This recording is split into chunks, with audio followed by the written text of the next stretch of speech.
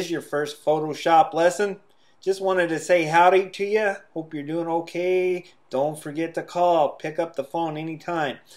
Today I'm going to show you.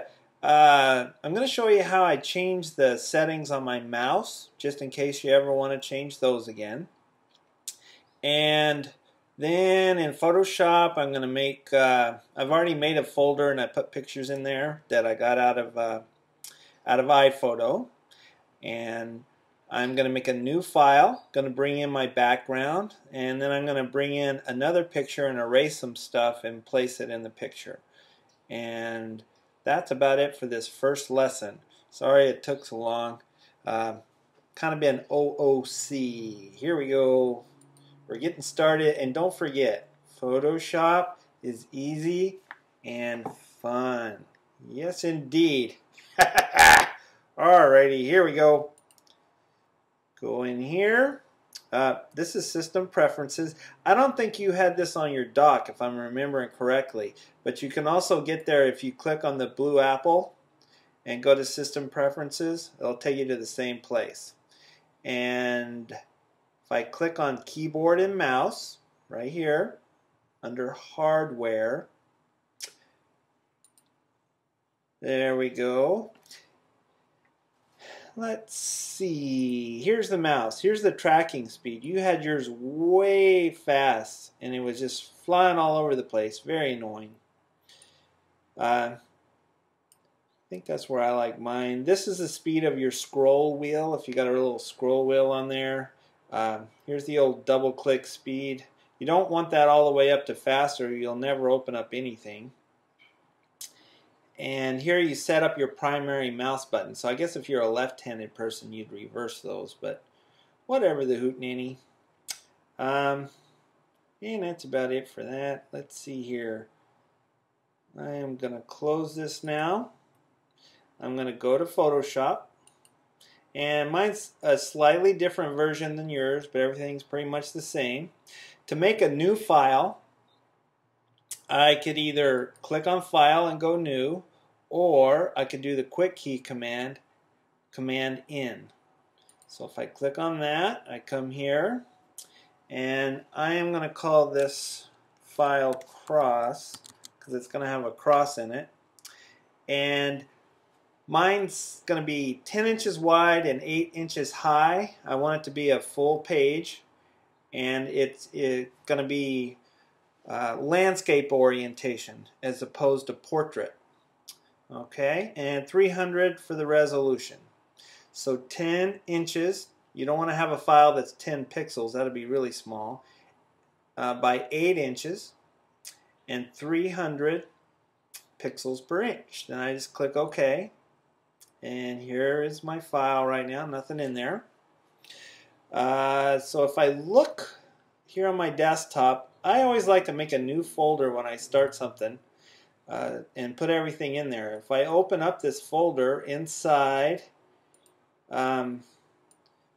here's the picture I'm going to use for my background, and here's the cross I'm going to bring in and erase all this stuff so that the cross just shows up, I think, coming up from right here. And you remember how we had to resize stuff when we were bringing stuff in? I'm going to show you a way where you don't have to resize as much if you change the resolution of this picture first. If you will recall, the resolution of this file I just made is 300. But these pictures we take with our cameras start out at 72, but they're just huge. They're like 40 inches wide. So I'm going to double click on this one. I'm going to open it up. Now remember, in your version it makes tabs. In my version it's just a separate picture, separate window in Photoshop. So here's the picture I want for my background, and I want to change the resolution. So I'm going to click on Image, and I'm going to go to Image Size. And you'll see right here it's 48 inches wide. It's just huge, and the resolution is 72. Before I change this to 300 though, I want these three things to be locked.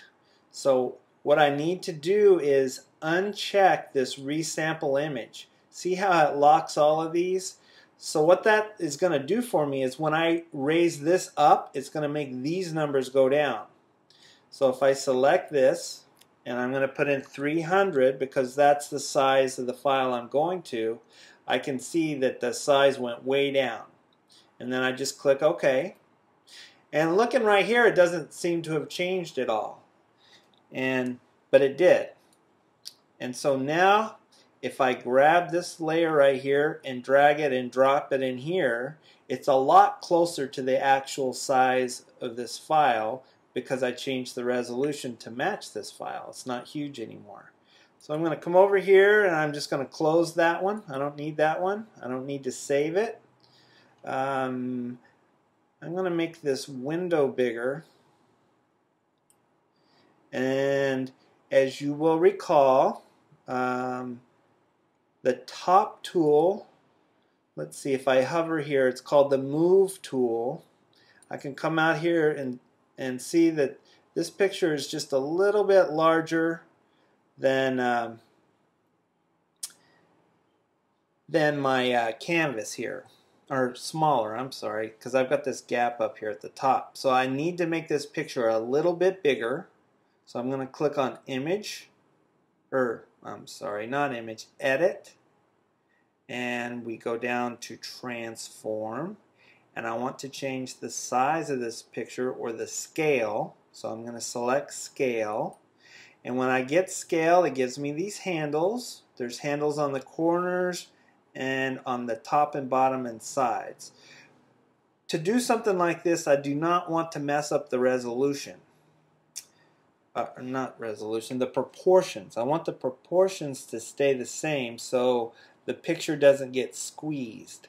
So if I come up here before I make a change and click on this little link, that is going to lock the width and height together. I'm sorry, width and height, there we go. So if I come over here and click and drag now, no matter where my mouse is, it keeps the proportions the same. See how that works? And I just want it to fill up this canvas, about right there ought to do her. And I also want to move it over. Do you see how that popped? And I think, there we go. It popped right to the side, so it lined up right on that side. And now I'm just going to hit return, and as I hit return, you'll see that the handles go away and it completes the transformation. So now I do still have parts of the picture out here that I can't see and I don't need. So the next thing I'm going to do is just crop this picture. I'm going to go to the crop tool right here. If I hover, you can see it says crop tool. I click on it to select it. Then I'm just going to start in the top left, click and drag across to the bottom right, and you'll notice it's selected the whole picture. And then the same as with the transformation, I just hit return and it crops it and I'm done. And it doesn't look like anything really happened, but you can see now before there was extra picture out here off the canvas, and now when I move the picture, that's gone. Just hit Apple or Command Z to undo, put it back in place.